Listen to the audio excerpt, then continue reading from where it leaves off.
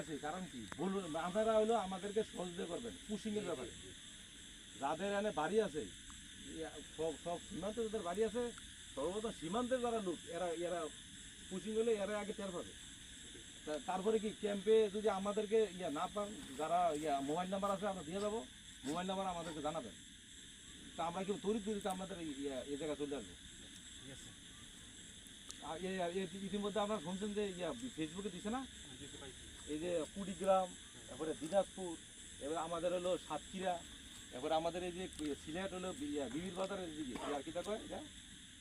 সিলেট যে হবিগঞ্জ আছে না ওই এলাকা দিয়ে আপনার হলো পুশিংয়ের এরা করছে আর এরপরে এরা মানে বিভিন্ন ক্যাম্প বানাইছে ধরেন হলো হোল্ডিং ক্যাম্প আর কি